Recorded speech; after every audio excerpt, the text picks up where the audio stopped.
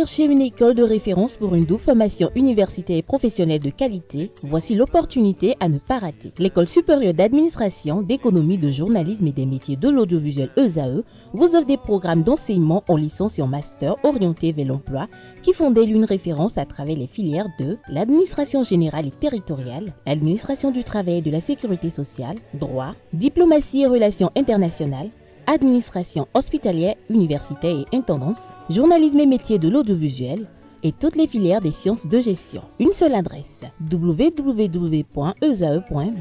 Rendez-vous dès maintenant sur nos campus ESAE Bedjromende au numéro 90 93 65 21 ou au numéro 98 98 14 00. Paracourt sur le numéro 52 46 12 12.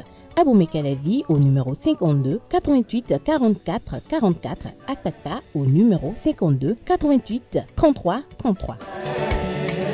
ESAE, l'excellence à un nom. Lundi 3 février 2025, mesdames et messieurs, vous êtes sur votre émission Le Monde en 52 minutes. Pour ce premier lundi du mois de février, nous irons en RDC. Nous allons parler de la situation en Israël et nous allons terminer par les États-Unis. Pour en parler, deux invités cet après-midi. Didier Sanson, enseignant journaliste. Bonsoir. Bonsoir. Meilleurs vœux, quand même, ça fait quand même un moment. Ça hein. fait un petit moment, bonne année, même si on est déjà en février, c'est passé. Mais bon. C'est toujours ça. On va oser.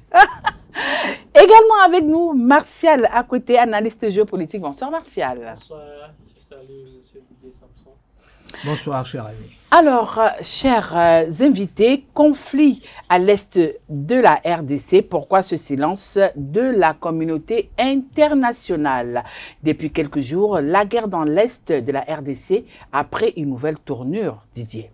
Oui, le silence de la communauté internationale, elle était un peu gênée, comme ça, parce que n'oublions pas que la grosse histoire concernant le Rwanda, c'est le génocide qu'on a laissé faire, on a détourné les yeux pour ne pas voir, etc. Donc, l'Occident cherche à se rattraper un peu et le Rwanda, malheureusement, en profite pour enfoncer un peu le clou, parce qu'il est de notoriété publique désormais que le Rwanda est un peu derrière les M23 et autres qui ont finalement pris Goma. Bon, maintenant que ça va un peu trop loin, tout le monde se réveille un peu pour repousser un peu, pour raisonner. C'est pas pour rien que le ministre des Affaires étrangères français était là-bas. C'est le pays que la communauté internationale... Il était là-bas, mais rien n'a filtré de sa conversation avec le président Kagame. Il n'aura rien ne filtrera. Rien ne va filtrer, on va juste voir si ce passage a effectivement laissé de bonnes traces, si ça a laissé quelque chose qui évolue, parce qu'en même temps, le discours est délicat. Parfois, je trouve... le président Tshisekedi, dans certaines envolées qui me paraissent un peu déplacées quelquefois, il confond tout un peu, il s'emporte un peu on imagine si votre pays est effectivement agressé, vous pouvez aller fort. Mais là également, sur le plan militaire, il échoue. C'est clair. Et donc, l'offensive doit être sur le plan diplomatique. Or, c'est pas quelqu'un qui déborde de diplomatie. Alors, le M23, comme nous le savons depuis quelques jours, est le maître incontesté de la ville de Goma. Et aujourd'hui, autrement dit, est-ce qu'on peut dire que c'est Kigali qui est également maître de Goma et, conséquence, le Rwanda a un boulevard ouvert? Si vous entendez le ministre des Affaires étrangères du Congo, il dit que le M23 n'existe pas, que c'est le Rwanda qui est présent à Goma. Et donc, l'idée est claire pour les dirigeants congolais. C'est le Rwanda qui est derrière tout ce qui se passe. Le M23 sans le Rwanda, bien, ça n'existe pas. Et ce n'est pas seulement le Congo qui a martelé cette réalité. Il y a des rapports des Nations Unies qui ont... Les fameux rapports. Hein. Oui, il y a des rapports. Et puis, on est plus ou moins d'accord que par rapport au soutien apporté au M23, c'est une réalité.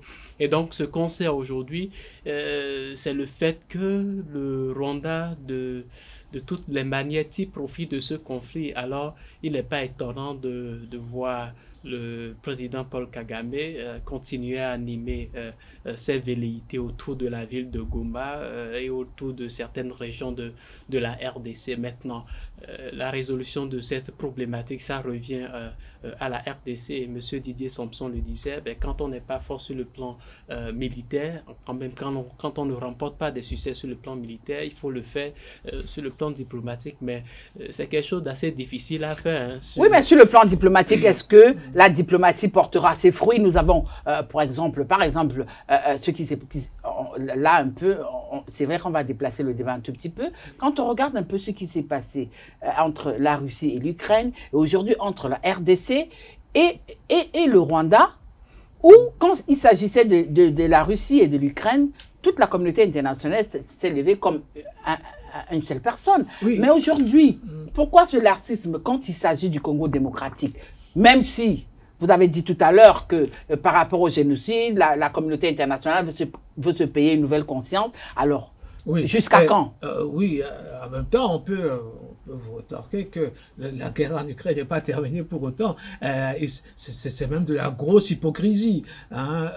On continue d'avoir le gaz venant de la Russie, tout comme des pierres venant du Congo démocratique. Pour alimenter toute l'Europe et l'Allemagne en particulier. Bon, mais chaque conflit est assez particulier. Donc, moi, je ne suis pas du genre à accuser d'emblée de ne pas être plus présent ici qu'ailleurs. Chaque conflit est assez particulier. Mais c'est vrai que la mobilisation internationale, alors je dis surtout mobilisation internationale, ça n'a rien changé en Ukraine, hein, mais ils se sont vraiment mobilisés, mais ça n'a pas donné grand-chose. Hein.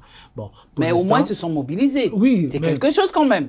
Oui, mais vous savez, quand le diplomate dit je demande qu'on arrête. Ben, c'est bien, vous pouvez continuer de demander. Hein. Les acteurs ne s'arrêtent pas pour autant. Mais voilà, donc après, c'est qu'est-ce que tu me donnes, qu'est-ce que je prends, qu'est-ce que tu laisses, etc. Donc c'est tout le temps des négociations. Pour ce qui concerne le Congo, j'ai trouvé que l'armée congolaise a déserté le forum. On a vu des soldats se déshabiller. Hein. Oui, a déserté le forum depuis longtemps. Le pays est vaste, c'est vrai, mais c'est une affaire récurrente depuis longtemps. Il ne faut pas oublier que lorsque les Kabila sont arrivés au pouvoir pour renverser Mobutu, c'est parti de là. Ouais, toujours de l'Est. Hein, parti de l'Est. Et avec des soutiens toujours de Père Kabila qui a trouvé ses soutiens là-bas. Donc, le Rwanda a ses entrées à l'Est du Congo. Et puis, le Rwanda, pour se servir, pour soutenir les efforts de guerre, ben, il faut bien trouver de l'argent, il faut bien trouver des choses. Donc, ils se servent. C'est ce contre quoi on s'élève. Et ce que je reproche, moi, à la diplomatie congolaise, c'est de ne pas faire feu de tout bois et de se taper, de se gargariser d'identité, de je suis congolais, etc. Ben oui, mais pour l'instant, vous êtes congolais, mais le Congo est pris. Donc, ce que je regrette, c'est qu'il n'y a pas une offensive diplomatique. On peut dire ce qu'on veut de l'UA aussi. Il devait y avoir une offensive à l'UA, une offensive aux Nations Unies tout le temps. Au niveau de l'Union européenne également. Hein. Et puis l'Union européenne, et puis le président américain qui vient d'être élu, il est ce qu'il est, ben c'est tout de suite, on est sur son dos, etc. etc. Mais non, on fait de grands discours en revendiquant sa congolité, mais bon, à part ça, le Rwanda est présent. Hein. Bon, et tout ça, je n'excuse pas le Rwanda non plus, hein, parce que c'est bien de sortir d'une histoire terrible, mais en même temps, une chose est de rester dans son périmètre, une chose est d'aller agresser un autre, hein, et parce qu'il est de notoriété publique, comme il a dit tout à l'heure, tous les rapports montrent bien que c'est le Rwanda qui est derrière, et d'ailleurs, le ministre des Affaires étrangères congolais, lui, c'est clair, dans sa tête, il n'y a pas de M23, c'est le Rwanda. Bon, c'est pas entièrement faux. C'est pas entièrement faux. Mais le problème, c'est qu'il ne faut pas oublier que le pouvoir congolais d'aujourd'hui a pu être parce que le Rwanda a été. Alors, je me retourne vers vous. Hein. Aujourd'hui, on constate quand même que toute la communauté internationale pose les espoirs sur le processus de médiation de Luanda et de Nairobi. Pourquoi ? Mais c'est pour dire que ces processus, en fait, sont censés apporter la solution à la question qui est en train de se dérouler. Mais on se rend compte que des acteurs même qui sont censés être les médiateurs, qui sont censés jouer le couloir de transmission entre les parties au conflit, se retrouvent être partis de façon indirecte. Donc voilà, et c'est ce qui remet en cause tout le processus. Et il y a cette sorte de ce comportement de la communauté internationale de laisser gérer les affaires du Congo par les acteurs de la région, de ne pas s'y intéresser comme cela se doit. En dehors des déclarations, on y va plus loin. Il n'y a pas une certaine couverture médiatique assez importante de la question. Et puis, c'est pas seulement en RDC. Au Soudan, ce qui se passe depuis, on n'entend pas vraiment parler, mais il suffit de voir en Ukraine, il faut voir à Gaza tout le tollé qu'il y a eu en dehors de cela. Donc, les Africains doivent comprendre aujourd'hui que la nécessité ou la solution aux problèmes des Africains, ce sont les Africains eux-mêmes, en commençant par les acteurs qui se retrouvent impliqués directement dans le conflit, dont la RDC. Vous savez, c'est vrai que compte tenu de la situation, il est difficile de passer à la diplomatie. Là, maintenant, on comprend le comportement de la RDC vis-à-vis de la solution, de la situation. La RDC ne pourrait pas, dans ces circonstances, quand on voit la structure des relations internationales, le comportement des acteurs internationaux, se lancer dans un processus diplomatique de sitôt. Nous avons vu du côté du Moyen-Orient tout ce qui s'est produit avant que nous arrivions à voir cet accord. Cette trêve-là. Voilà, cette trêve-là. Et donc, je pense que le moment n'est pas encore venu, en tout cas pour oui, mais le moment n'est pas encore venu. Ce conflit à l'est du Congo ne date pas d'aujourd'hui. Oui, mais c'est justement... Il a été juste latent pendant un moment. Après, bon, c'est reparti. Est-ce qu'il faut dire qu'il a été vraiment latent? Je pense que c'est un conflit qui a duré dans le temps et qui continue de durer. Et puis, vous savez, les conflits, ça va aller la situation au Moyen-Orient, bien sûr. Les attaques du 7 octobre, c'est pas ce qui s'est produit le 7 octobre. Ça date de bien la création de l'État d'Israël et tout cela. Donc, on dirait que ce sont des conflits vieux, mais ça prend un certain temps. En ce moment, il y a des victimes, des morts de part et d'autre. Mais finalement, on finit par s'asseoir et à discuter du processus de la fin. Et c'est ce que l'on espère pour la RDC de Rwanda. Alors, M. Didier Sanson, je l'ai dit lors de votre présentation, vous êtes enseignant, vous êtes journaliste et vous êtes également enseignant. Lorsque vous scrutez, vous analysez un peu la situation qui prévaut un peu dans l'est de la République démocratique du Congo en ce moment, comment pouvez-vous expliquer la sérénité du président Kagame qui, il y a encore quelques jours, a milité et d'accord pour la réunion sous-régionale à Sada qui s'est quand même tenue le vendredi, mais qui est pour une seconde réunion? Ça, c'est le propre de sa personnalité, et puis c'est vouloir jouer le leadership. Un petit pays qui tient tout le monde, c'est ça? Mais oui, vous savez, c'est la meilleure défense, est l'attaque. Hein, et donc, pour asseoir son pouvoir et avoir un leadership régional, c'est sa manière à lui de faire. Donc, libre à lui de se comporter comme il veut.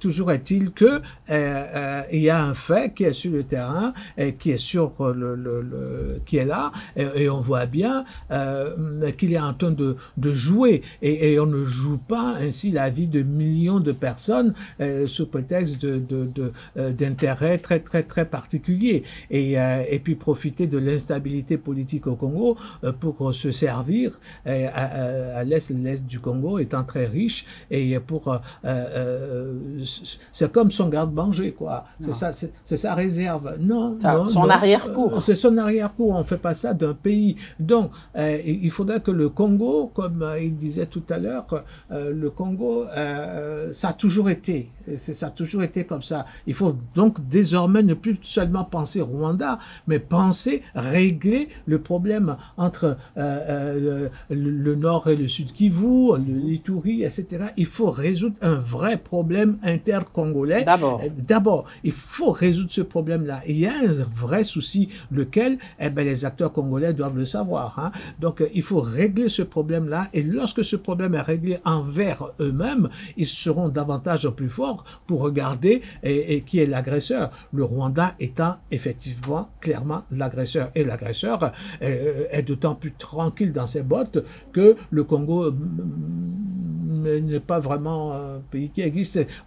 Prenez la monnaie congolaise, elle n'existe quasiment plus. Il faut du dollar désormais pour circuler, etc. Donc le pays est complètement instable. Il faut régler d'abord cette instabilité. Et vous avez vu comment, sans lui faire trop de critiques, comment Tshisekedi est arrivé au pouvoir et quelles sont les intrigues qui ont été même faites à l'est du Congo pour que ça s'installe. Donc du jour au lendemain, vous servez des gens pour vous accompagner, vous trouvez des supplétifs de l'armée pour installer le petit tripatouillage politique, et puis après, on s'étonne que ceux-là connaissent vos poches et tout ce qu'il faut, et donc foncent dans le tas. Et malheureusement, une fois encore, Kagame en profite, il faut l'en dissuader. Et comment? Ce sont les organisations régionales de l'Afrique centrale, de l'Afrique australe, et même de l'Afrique de l'Est, et pourquoi pas de toute l'ancienne, moi je dis toujours OUA, hein, mais enfin on va dire UA. Oui, on va dire UA, mais moi j'aime bien OUA. Mais bon, bref, on va dire UA pour régler ce problème à ce niveau-là. C'est un problème politique qu'il faut régler au niveau de l'UA et mener une offensive diplomatique assez forte pour que chaque pays soit consolidé dans ses frontières et que le Rwanda retourne de l'autre côté de Goma et ne rentre plus du côté du Congo. Voilà. Alors, on se rappelle, lors de la campagne électorale pour la présidentielle, le président Félix Tshisekedi avait promis aux Congolais que Goma allait redevenir une terre congolaise. Mais aujourd'hui, résultat des courses, cette promesse semble ne pas encore avoir une quelconque crédibilité. Alors, au regard de tout ce qui se joue aujourd'hui au niveau du Congo démocratique, est-ce qu'on ne constate pas aujourd'hui, l'analyste géopolitique que vous êtes, que le président Félix Tshisekedi se retrouve aujourd'hui seul contre le M23 et le Rwanda? Dit que Tshisekedi se retrouve seul contre le M23 et le Rwanda, je ne pense pas. Je pense qu'il y a plutôt la population congolaise qui est derrière lui. Ce qui est sûr, dans ce genre de situation, on met de côté certaines différences et puis on fait face à l'agresseur. Et puis je pense qu'il continue de jouir de ce soutien venant de la part de la population.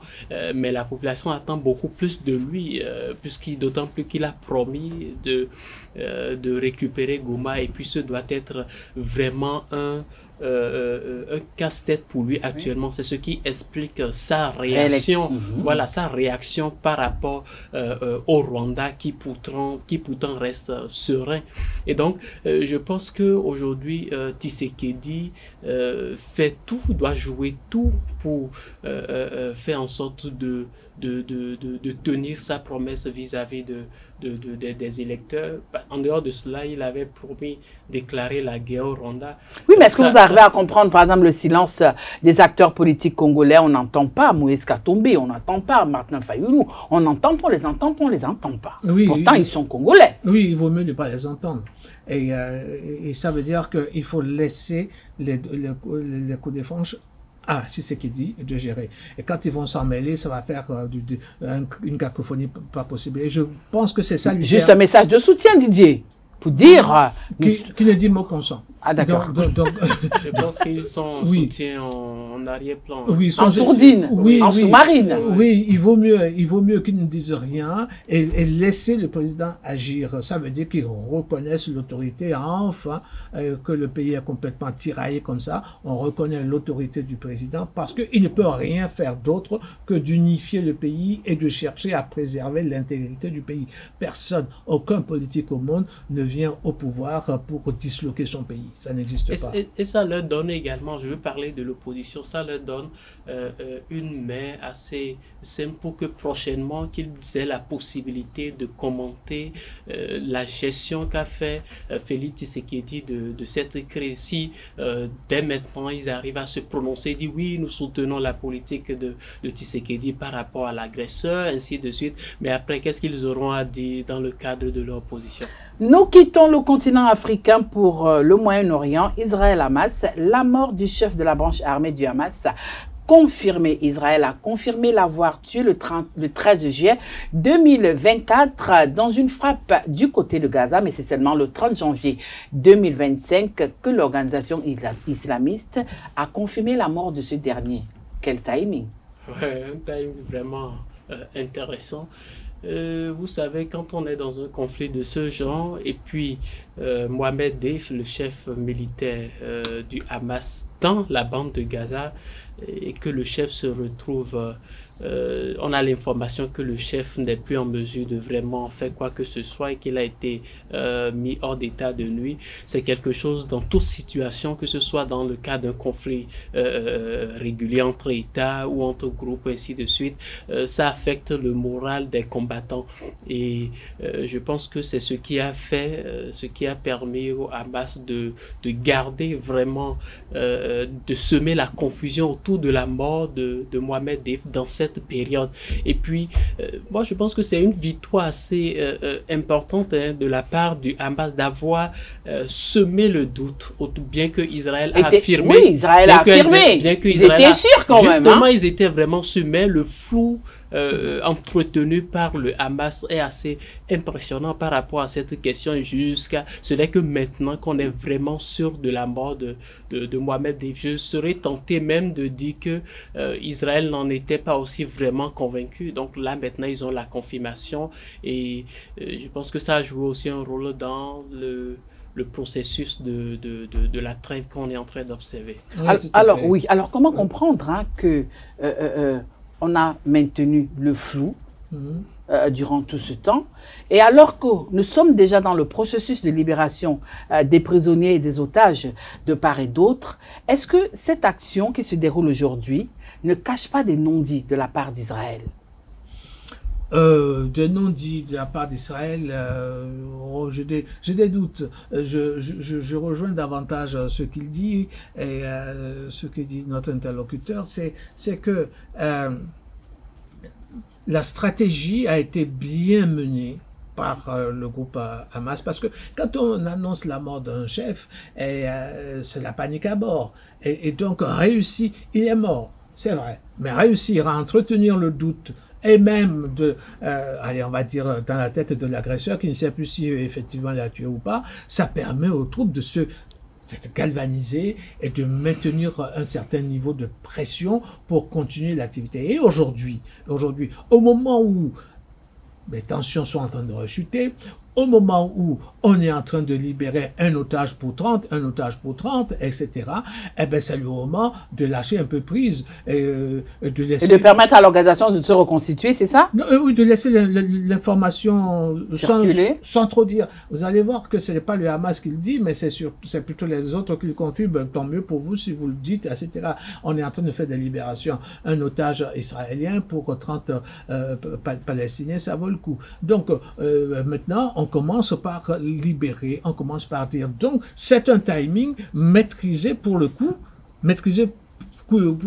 par le Hamas. Et Et s'il y a encore d'autres informations, parce que tous les otages ne sont pas libérés, donc je crois que s'il y a des choses à savoir encore, c'est du côté du Hamas. Et les Israéliens sont plutôt friands aujourd'hui d'informations, parce que on attend Benjamin Netanyahou au tournant. Son opinion publique ne veut qu'une chose, libérer les gens au lieu d'en tuer davantage ailleurs, parce que plus vous en tuez, plus ils vont tuer les nôtres, les quelques-uns qu'ils ont encore, etc. Donc, il est dans ce dilemme-là, qui n'est pas cornélien du tout. Hein. Il faut qu'il réfléchisse un peu mieux, notre ami Netanyahou, et qu'il soit moins extrémiste, hein, à vouloir faire une grande nation. Parce que c'est cette idée-là qu'il faut lui enlever de la tête. Il veut faire une grande nation israélienne dans laquelle il va avoir des nationalités palestiniennes. Non, il faut lui rappeler que la Palestine était là. Avant Israël. Oui, il faut lui rappeler, de temps en temps il oublie cela, mais il faut lui rappeler que la Palestine a droit à un territoire et que les gens qui sont à Gaza sont des hommes et non des cibles comme ça qu'il faut taper, même si il y a eu le fameux 13 octobre et qui n'était pas... personne ne peut se réjouir de ce qui s'est passé. 7 octobre, là. Hein? Oui, mais voilà, ce sont des choses qui se sont passées. Ça a amené une guerre, mais on ne fait la paix qu'avec des ennemis. Hein. Voilà, donc on ne leur demande pas maintenant de s'embrasser sur la bouche, mais au moins calmer le jeu et ramener un peu de raison à la maison. Hein, un peu de raison à la maison. Tiens, je fais des rimes, c'est bien. Voilà, justement pour essayer de ramener la raison, non, un peu de raison à la maison, c'est bien beau. Mais aujourd'hui, la question, c'est de savoir, en tant qu'analyste géopolitique, est-ce que dans ce cessez-le-feu, Israël ne perd pas très lourd ce tribut? Parce que si il faille libérer 3 otages pour 150 Palestiniens, c'est beaucoup. Oui, mais vous savez, Israël, il y a l'importance que représentent ces otages et les prisonniers qui sont les prisonniers palestiniens, hein, dans les geôles israéliennes. Il y a la question du fait que beaucoup ont été ramassés par Israël quand on a eu seulement un soupçon du fait qu'ils font partie du Hamas sans vraiment confirmer leur appartenance à cette organisation. Je pense que Israël s'est rendu compte dans Et si on n'appartient pas à l'organisation, on organise des manifestations en pompe lorsqu'on vous remet en liberté, comme nous le voyons là? Non, mais vous savez, le fait d'être membre de l'organisation et de soutenir ce que défend l'organisation, c'est deux choses bien différentes. Quel Palestinien ne serait pas pour la libération de la Palestine, pour la constitution d'un État palestinien, mais c'est ce que défendent le Hamas. Maintenant, la manière dont ils le font, eux, c'est pas leur problème, mais ce qui est sûr, ils défendent une cause qui est partagée par tous les Palestiniens. Et donc, je me suis rendu compte que Benjamin Netanyahou s'est dit, finalement, dans le cadre de ces échanges, il faut libérer les Palestiniens qui ne représentent pas vraiment une menace pour l'État d'Israël, en tout cas pour l'instant. Et donc, essayer d'échanger cela. Et puis, c'est ce que le Hamas a toujours aussi voulu, hein, récupérer un nombre important. Et, je ne sais pas dire, mettre l'accent sur cette victoire. C'est une sorte de victoire pour le Hamas tout aussi. Justement, donc, c'est une sorte de victoire. Et puis, ça permet à l'organisation, hein, bien qu'on l'ait traité d'organisation terroriste et tout, je ne pense pas qu'on puisse vraiment créer un État palestinien en mettant de côté le Hamas. Israël s'est bien rendu compte et a négocié finalement. Et c'est des choses qui arrivent souvent entre les États en ce qui concerne leurs relations et en ce qui concerne des groupes terroristes qui ont un poids très important dans la géopolitique de l'espace concerné. Et justement, Israël est, dans cette guerre ne peut pas se targuer d'avoir gagné quoi que ce soit. Parce que libérer ces gens, nous sommes partis pour les libérer en détruisant tout Gaza. Et on ne les a jamais trouvés. ces otages. Mais ils étaient pourtant à Gaza. Et ça veut dire que la puissance, la Hamas, capacité de nuisance du Hamas reste encore entière. Enfin, disons à 80%. À 80%. À 80%. Et donc, libérer les gens aujourd'hui alors qu'il n'y a plus rien, tout est ruine, et pouvoir les sortir pour négocier, je crois que c'est un gros échec pour Netanyahou. Justement, parlant de Netanyahou, est-ce que là, il ne serait pas en passe de perdre son poste, hein, lorsqu'on sait quand même que ceux qui le soutiennent au niveau de la coalition gouvernementale, à savoir les ultra-orthodoxes, ne sont pas pour ce cessez-le-feu. Et pour la belle preuve, il y a le ministre ultra-orthodoxe qui a démissionné. Oui, bon, je ne serais pas fâché que d'autres partent avec lui. Oui, mais ça n'arrange pas les choses de Benji, là. Moi, je ne veux rien arranger chez Benji. Lui aussi peut partir. Et je crois que les Israéliens, de plus en plus, comprennent que le danger, c'est également de l'intérieur. C'est Benjamin Netanyahou. C'est quelqu'un qui... C'est un va-t-en-guerre. Hein. C'est un va-t-en-guerre qui, de temps en temps, a quelques soupçons de réflexion positive qui arrivent et puis va négocier. Et voilà, le va-t-en-guerre n'a jamais finalement raison. Et donc, que les extrémistes le quittent, tant mieux. Et que lui-même parte bientôt avec des élections anticipées, hein, qui peuvent être organisées d'ici la fin d'année. Voilà, ils vont s'occuper à ça et moins tuer les gens de Gaza.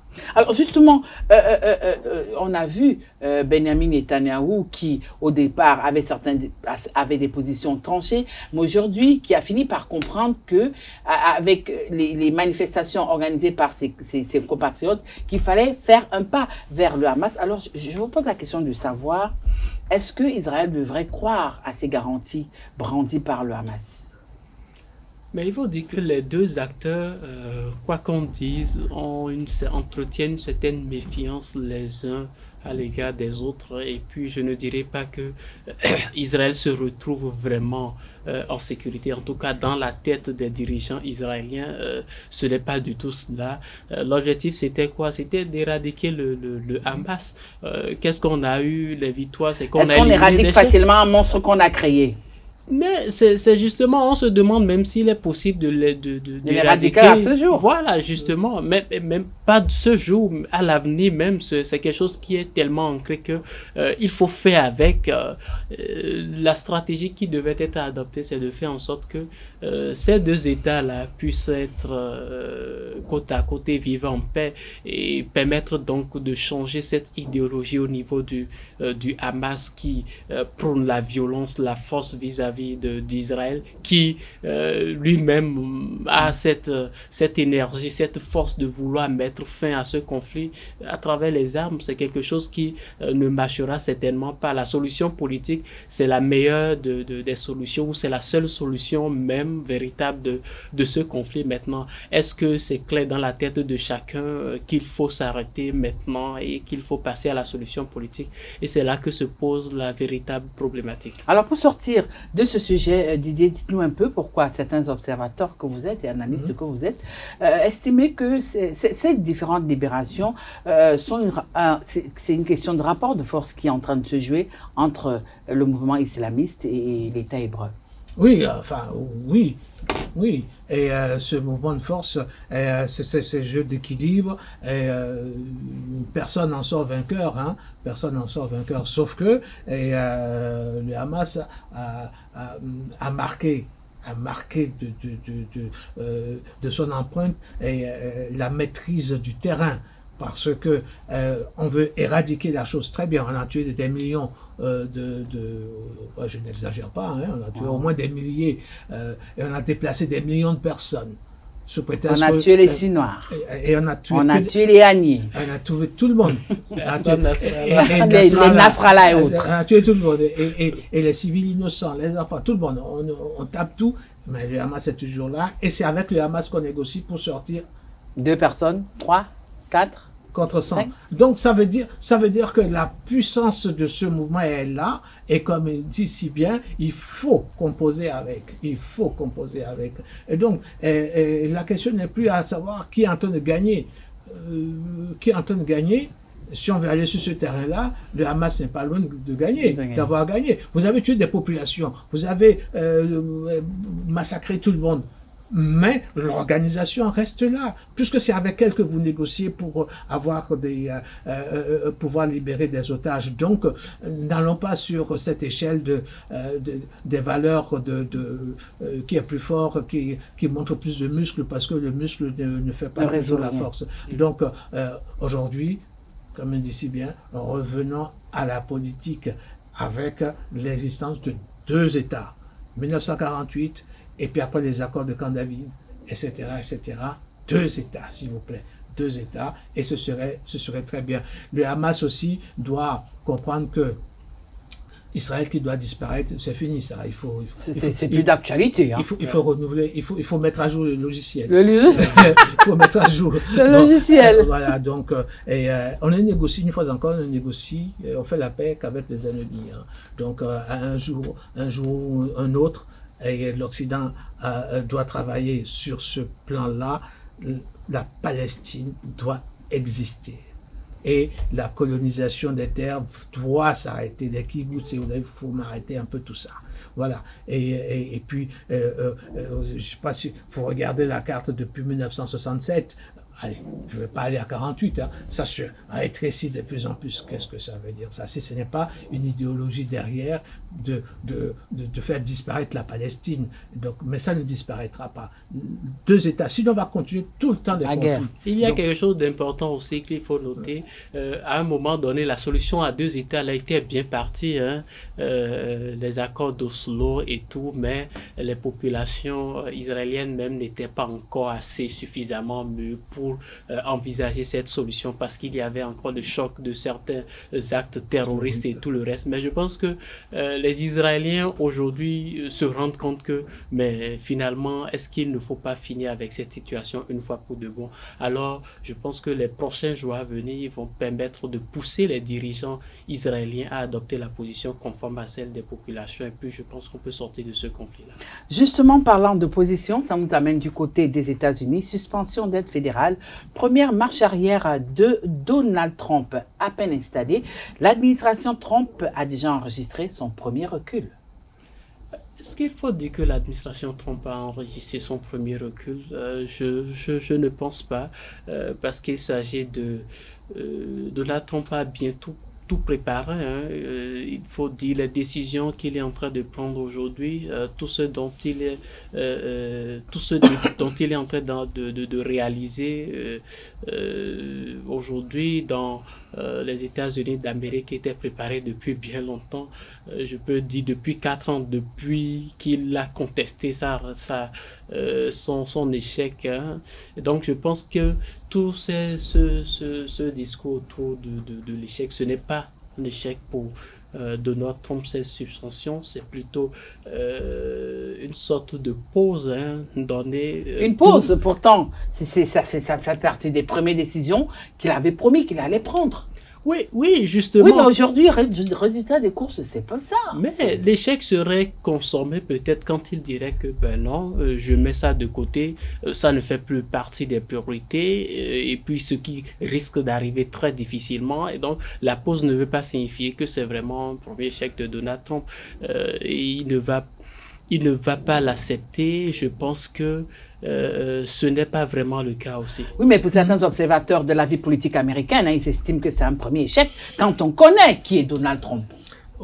Pour moi, ce sont des effets d'annonce. Il est venu au pouvoir avec des effets d'annonce, à vociférer partout, à danser, et à prôner l'America First, etc., America First. Bon, bref, avec des effets d'annonce qui ne sont pas vraiment pensé depuis 4 ans dans sa seule tête. Et lorsqu'il est arrivé au pouvoir, des réalités vont se mettre en place. Et donc, un recul, moi je dis c'est un silence. Parce que lui-même, disons les choses simplement, je pense qu'il ne pense pas tout ce qu'il dit. Hein. C'est quelqu'un d'assez instinctif. Et puis, quand ça lui vient, bon, ben, ça vient. Quoi. Il réfléchit au pifomètre. Oui. Et puis, c'est quand... en fait, lui, il parle avant de réfléchir. Hein. Donc, c'est surtout ça. Il ne réfléchit pas avant de parler. Marcel n'est pas d'accord avec vous, Didier.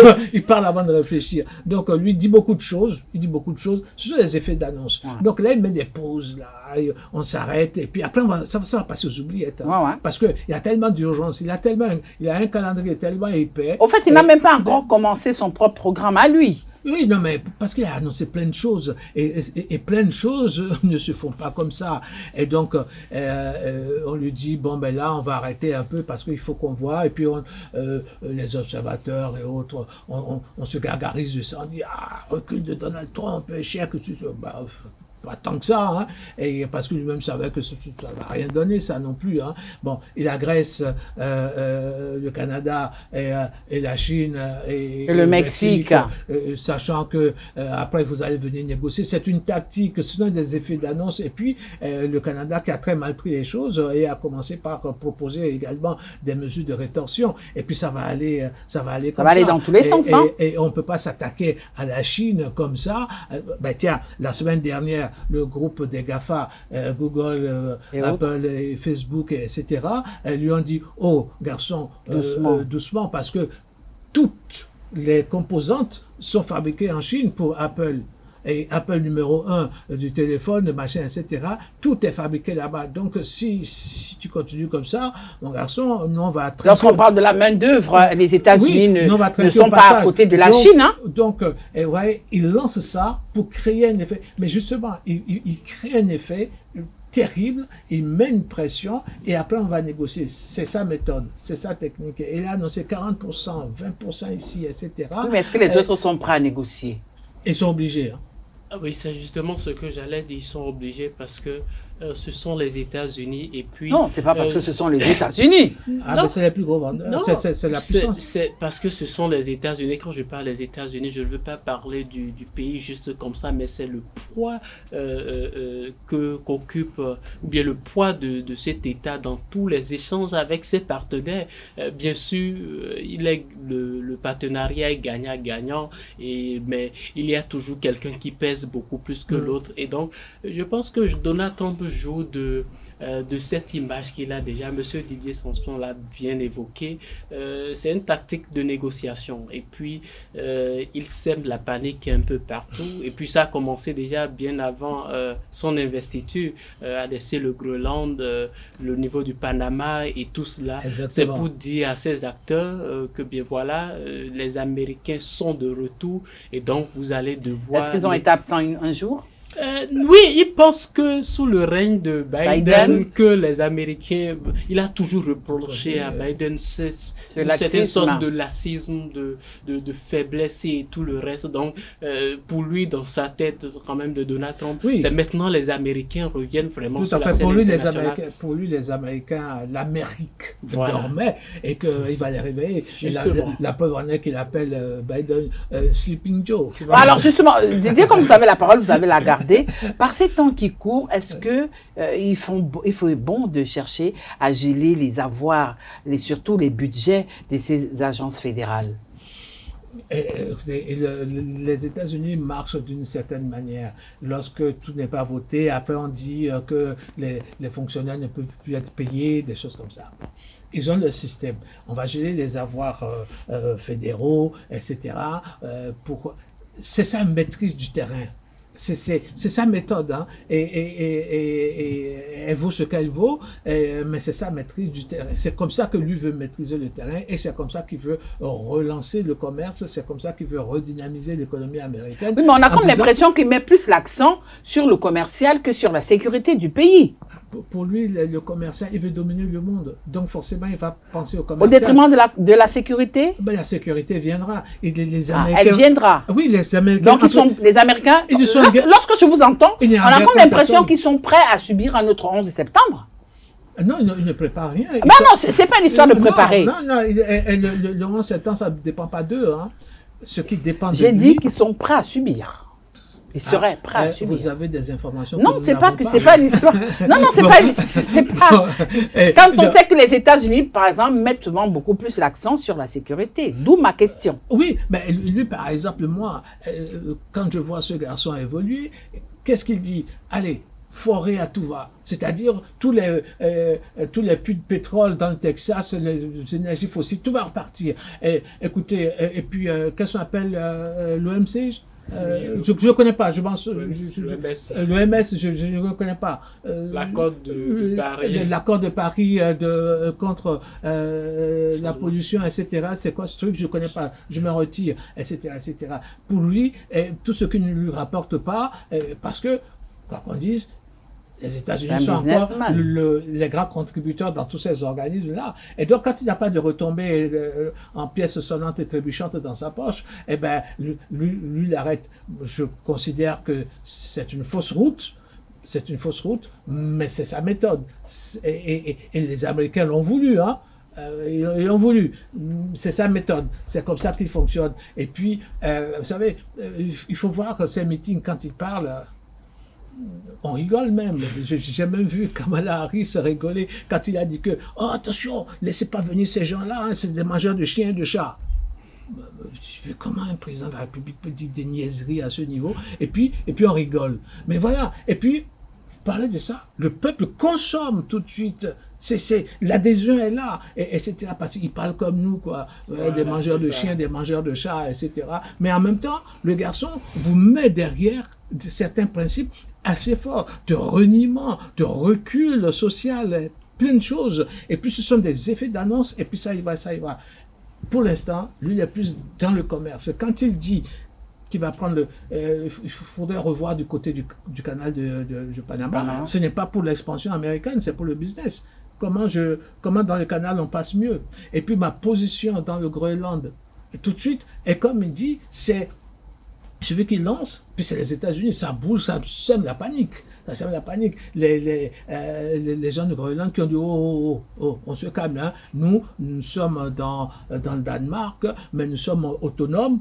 Voilà, nous sommes une partie autonome. Le Panama dit il faut lui rappeler que nous sommes un pays et qu'il faut venir négocier avec nous. Bon, voilà. Donc, il veut prendre le contrôle des mers, de certains passages, pour assurer davantage de richesse pour l'Amérique, parce qu'il ne veut pas de concurrence sur le plan puissance. Et puis après, la politique, la sécurité. Pour lui, quand il monte un mur de 3000 km, si ce n'est pas la sécurité, qu'est-ce que c'est, quoi? Ben, c'est comme ça qu'il pense faire. Alors, pour sortir de ce sujet, à l'œuvre aujourd'hui, on se rend quand même compte que nous sommes loin des promesses électorales. Ben, nous sommes rien qu'au début, donc je pense que Donald Trump a encore assez de temps et puis il ne faut pas... mais ça passe vite. Hein. Oui, ça passe très vite, mais disons investi, ça fait déjà un mois, non? Hein? Oui, ça... oui, investi, président, donc je pense qu'il a assez de temps pour commencer à réaliser ses œuvres. Pour l'instant, il est en train de préparer le terrain, c'est ce qui... donc il va préparer le terrain pendant un an.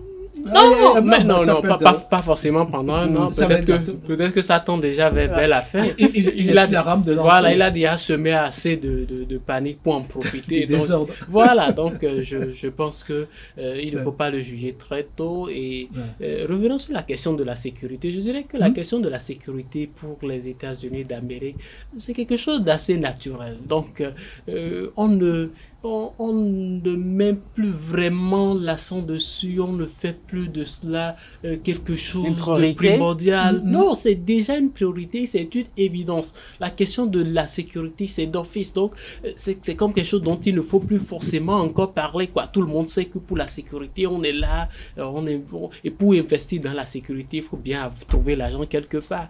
Et donc, et aujourd'hui, il faut comprendre que ceux qui tiennent le monde et ceux qui exercent une certaine influence dans le monde, c'est pas ceux qui ont suffisamment d'armes, hein, on le constate, hein, Poutine et tout le reste, c'est plutôt l'économie, et la Chine est donc plus dans cette perspective de pouvoir asseoir un empire économique à travers tout le monde. Vous avez le projet des routes de la soie, et la Chine se déploie économiquement, et puis je pense que Donald Trump a compris le jeu, et puis puis il décide lui aussi d'être présent. Il essaie quand même une certaine influence économique, de tout faire quand même pour mener cette guerre avec la Chine sur le plan commercial, sur le plan économique. Donc pour lui, la priorité, c'est l'économie. Et puis les Américains également, le pouvoir d'achat, l'inflation, ça chauffe. Donc pourquoi ne pas s'intéresser à toutes ces préoccupations? C'est d'ailleurs pour ça que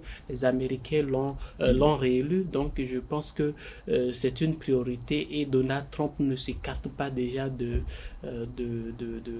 ce qu'il a déjà promis, de ce dont il a tant parlé pendant les campagnes. Il faut juste l'observer et il va dérouler le tapis. Voilà, chers amis internautes, chers téléspectateurs, nous aussi on a compris que vous êtes notre priorité. C'est la raison pour laquelle tous les lundis, nous décryptons l'actualité pour vous sur ce plateau au niveau des AE Télévision. Merci à vous, Didier Sanson, pour très heureux d'être venu parmi vous. Merci à vous, Monsieur Martial Arruté. Chers amis internautes, c'est un plaisir d'être avec vous cet après-midi. Retrouvons-nous le lundi prochain pour d'autres actualités. Ça se passe tous les lundis sur AE Télévision, la meilleure des web télé.